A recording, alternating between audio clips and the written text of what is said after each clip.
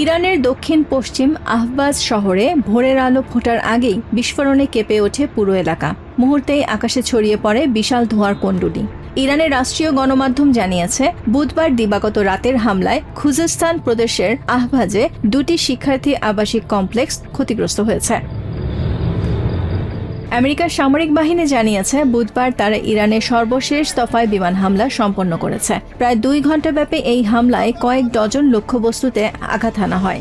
এই হামলাকে মধ্যপ্রাচ্যে আমেরিকান সেনাদের লক্ষ্য করে ইরানের ক্ষেপণাস্ত্র হামলার শক্তিশালী জবাব হিসেবে আখ্যা দিয়েছে ওয়াশিংটন। এদিকে ইরানের ইসলামী বিপ্লবী গার্ড বাহিনী IRGC সতর্ক করে বলেছে, আমেরিকাকে সহযোগিতা করা যে কোনো দেশকে কঠোর জবাব দেয়া হবে।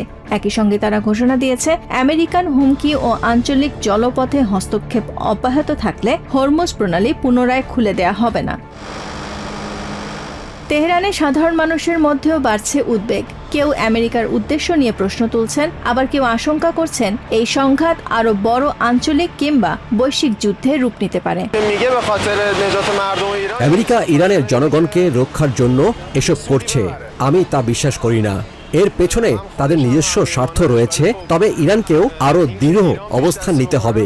এই সংঘাত ছড়িয়ে পড়লে ভবিষ্যতে তা বিশ্বযুদ্ধের ঝুঁকিও তৈরি করতে পারে।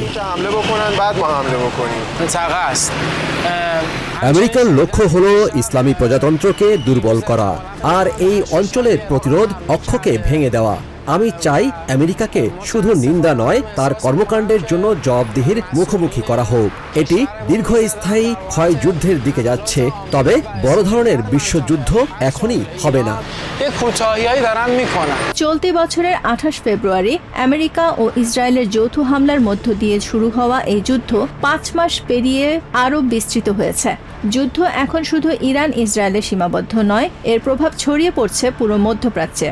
কৌশলগত হরমুজ প্রণালীকে ঘিরে উত্তেজনা এবং পাল্টাপাল্টি হামলা পরিস্থিতিকে আরও অনিশ্চিত করে তুলছে। Nahid Sihan, TPN 24 news desk.